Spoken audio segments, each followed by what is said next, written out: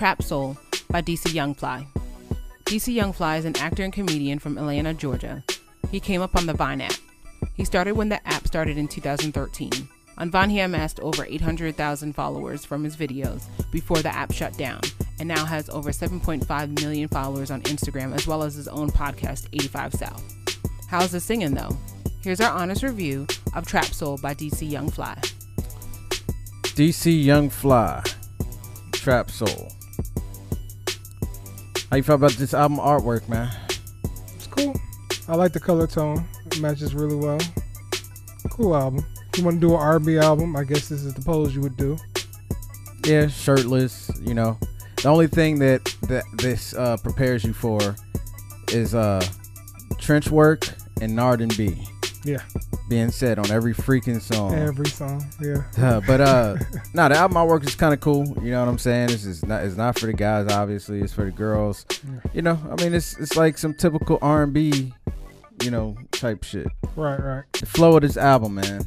The flow of this album, I don't know if he was 100% serious here. I want to say that I got the vibe that he might have been playing around a little bit on some things. I mean, it's obvious he is on like Who Are You playing around. But I felt like this was like borderline comedy, but I feel like he had some seriousness and some truth within the project. That's the vibe I get in the flow. It's more so like R&B with trappish sounding beats, but I don't know if the album title fits the name to me. Just because Bryson Tiller already put out a Trap Soul, and I see what he was trying to say. I was trying to think of a more appropriate name, but I honestly couldn't think of one. You know what I'm saying? I don't know what Gangsta Soul. I mean, I don't know. Yeah, I'm not sure either. I don't know if it was like a comedic take. I mean, I'm not saying it was all overly serious either, but I think it was just, you know, his take on R&B music. Now, if it was comedic, then it completely got me the wrong way. I didn't take it that way. But like you said, it's a trap R&B sound. Pretty much consistent with that nature of that vibe and everything like that. So that's pretty much what you're going to get from this. Highlights, man. Look, my highlights to this joint. Keep It Player sounds kind of cool. You know what I'm saying? Cake is catchy, I want to say. A Pretty Lady has some cool aspects to it, and Side Piece has some cool aspects to it to me as well. I think the production is cool, but like the Nard and B being said on every track and the trench work being said on every track was annoying. It says on the front it was executive produced by y'all. Put one tag on Keep a Player, maybe another tag like on Stay Down, and leave it at that. You don't need a tag on every song, especially when you're the main producers on the project. Yeah. You know what I mean? And I mean, that to me, those are the highlights. As far as what the highlights were, I don't feel like DC sounded that bad at all as a vocalist. I mean, he's using auto-tune on some of the songs, but overall, like at least the first 6 tracks to me weren't overly too bad. I thought there was some cool aspects to them. I mean, Who Are You to me was definitely like a comedy interlude to me. Yeah, my highlights were Tired. I really liked that on. You know, I kind of felt it when he was just like, I said I'm tired of being broke. Like, I felt that. But he had a little bit more umph. Yeah, he had this little you didn't even attempt to do the umph, man. Oh no, that was all him, man. Pretty Lady I thought was really cool, and Right Now I just like the whole melody and flow of that song. I thought that was pretty dope. Low lights, man. Look, for one, I didn't like Keep It Player and Tired being back to back.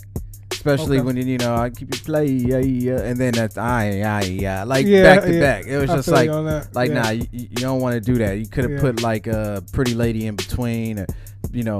But on top of that, I thought 7 through 12 was just straight trash. Okay, I didn't like any of it. I felt like the replay value on this album is very like short.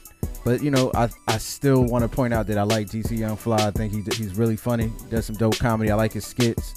You know, Wildin' Out. He's the man on Wildin' Out. Yeah. But I mean, the album like 1 through 6, it's got some cool aspects, and 7 through 12, I wasn't messing with it all. Yeah, most definitely. I think that he has a good voice. Like, you know, he got that rhythm for for R&B for real. Like especially when I pointed out on songs like Right Now and Pretty Lady, he has that vibe for real. But it's just that it kind of gets repetitive here and there. And like he said with the tags, man, we know who produced it. It's just all through it. It's just kind of really annoying. But other than that, I think it's just like you said, there's not much replay value from this. I do agree with you. 1 through 6 was kind of like the strong side of the album. Then kind of from then and there, kind of went up and then mostly down. But yeah, I kind of just feel like it's cool. It's a cool vibe, but it's just not something really to turn to every single time. Final thoughts, man. I love DC Young Fly as a comedian. I feel like he can do some really dope things as a feature artist on people's stuff. Yeah. You know, I feel like he can probably crank out a couple hits too, you know, like Little Duval style. Yeah. But I don't feel like this was it. I still think you guys should go check it out just to support, man. We got to support each other out here. But as far as like me pulling to the side and continuing to listen to it, nah. I was more interested in Michelle Obama's book. Like, I was like, yeah, let me get back to the book, man. This DC ain't doing it for me. Ain't hold my attention. Yeah, man. I was not expecting this, so I didn't like go into this with any kind of expectations, and I was just left with like, you know, he has some promise. You know, he has some. I'm not saying like, oh, don't ever do this again, but if you do, I would like you to try to be a little bit more versatile.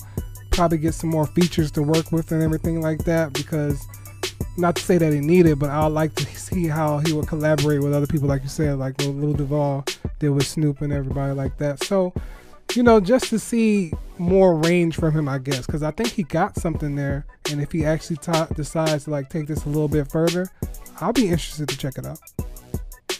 Final grade, man. Look, I'm gonna give this joint a dash, but when I say I'm giving it a dash, I'm talking about like right before X dash, like the lowest dash possible.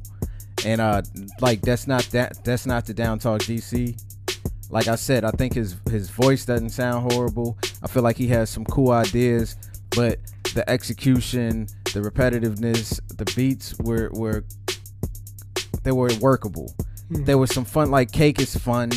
If you're into that, I could see some young cats falling in love with the album, because it's like they them dudes that like, I don't fuck with R&B, yeah, but this is cool to me. Yeah, you know what I'm saying? But if you actually like R&B, this ain't gonna do it for you. You know what I'm saying? But I still think you should go check it out. Support DC Young Fly. He's dope. He's really funny. He out here getting his money, supporting his family, and can't really ask much more from him. Yeah, I'm gonna give it a dash as well. I really think that, you know, he has a couple songs here that might make you want to be like, okay, I might add this here and there. But other than that, like I said, it's just a little bit too repetitive. I mean, I get there's a certain crowd for like who may just like, you know, appreciate this type of music, but as far as longevity, I don't see this really lasting that long. So, like I said, give it a chance. Maybe he'll come back and do something else, do something different. Yeah.